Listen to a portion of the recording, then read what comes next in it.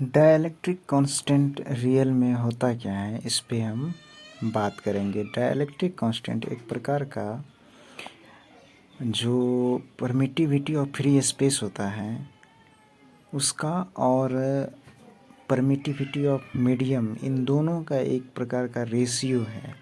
यानी कि जब हम चार्ज को किसी वैक्यूम में रखते हैं तो स्टैटिक चार्ज को, उसके बीच में जो कूलम्ब फोर्स लगता है वह, और उसी चार्ज के बीच में अगर हम कोई इंसुलेटर पुट कर देते हैं तब जो फोर्स लगता है, इन दोनों का एक विशेष प्रकार का रेशियो जब हम फाइंड करते हैं तो डाइलेक्ट्रिक कांस्टेंट हमको मिलता है।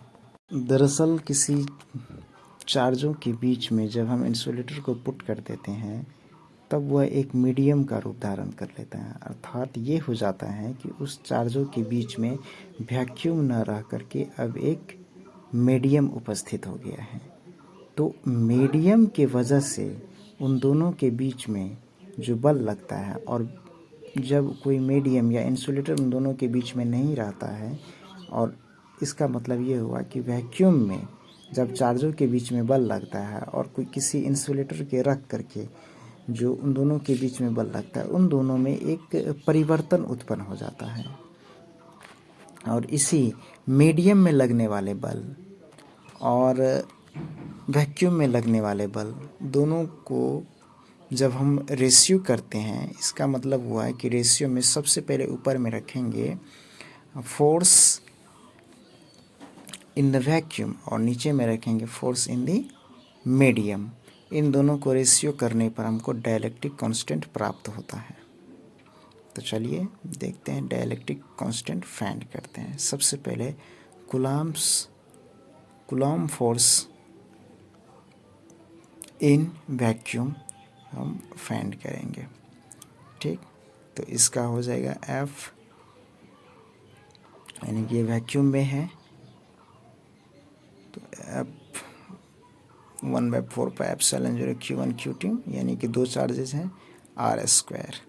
ये हो गया वैक्यूम में जो बल लगेगा वह। उसके बाद coulomb force in the medium, medium में लगने वाले बल 1/4π। अब यहाँ पे एप्सिलॉन नहीं है, ये ध्यान रखिए। उसके बाद दोनों बल को हम रेशियो करेंगे, force in vacuum by force in medium.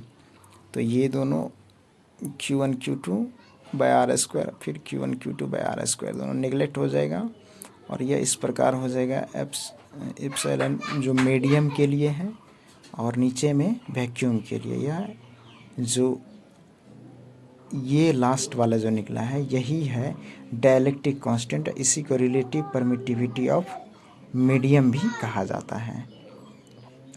तो इसका मतलब यह हो गया कि डाइलेक्ट्रिक कांस्टेंट इक्वल टू हो जाएगा force in vacuum by force in medium.